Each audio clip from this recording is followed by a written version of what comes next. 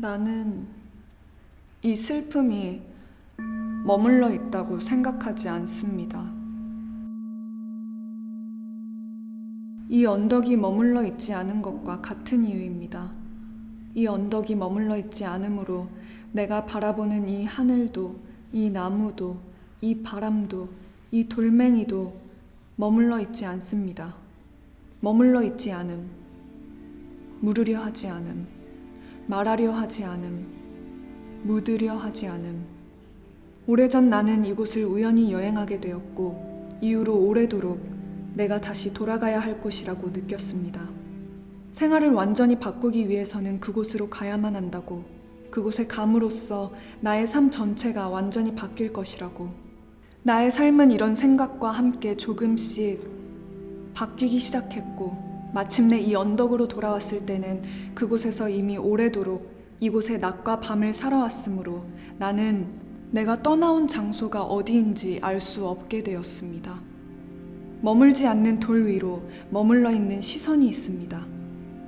그것은 나의 시선도 당신의 시선도 아닙니다. 그것은 누구의 시선도 아닙니다. 돌멩이를 바라보는 돌멩이, 모퉁이를 바라보는 모퉁이, 돌, 작은 돌, 작은 돌.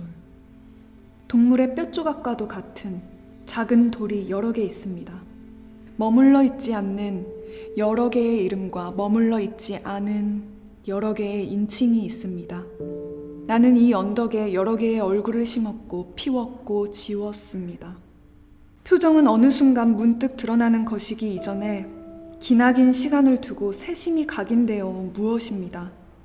구멍을 내듯이 파내는 것, 조각을 하듯이 뾰족한 것으로 긁어내는 것, 그것은 글쓰기의 영역에 가까운 것입니다. 오래도록 참았던 숨을 토해내듯이 어떤 말들은 한달음에 새겨집니다. 하나의 심장이 헤아릴 수 없는 슬픔을 품기 위해선 한 생애 내내 열망해왔던 것이 실은 채울 수 없는 제 자신의 결핍이었음을 깨닫는 시간을 거쳐야 합니다. 마땅히 주어져야만 했던 관심과 애정 앞에 간신히 주어지는 그 모든 미숙한 사랑들, 사람에게서 사람의 표정을 빼앗는 그 모든 말과 침묵들, 새로운 시간과 장소를 찾아 헤맬 수밖에 없게 하는 나날들이 있습니다. 지우려고 했기에 지워지지 않는 얼굴이 있었고, 지워지지 않길 바랐기에 지워져 버린 얼굴이 있었고, 나는 자주 읽고, 자주 쓰고, 자주 그리고, 자주 내려놓습니다. 그러나 하나의 진실을, 아니 자기 자신만의 진실을 찾고 간직하는 일은 점점 더 요원한 일이라 여겨집니다. 매일매일의 창에 매일매일의 풍경이 매일매일 다르게 다가왔다 물러가기를 반복합니다. 나는 그것을 쓰고 씁니다. 나는 그것을 지우고 지웁니다.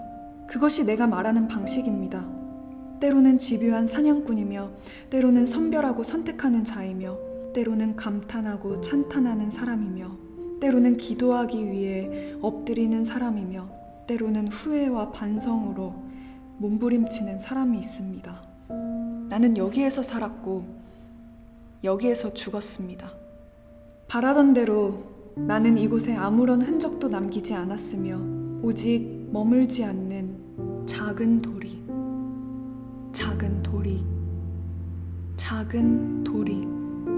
때로는 하늘로부터 내려오는 작은 다리,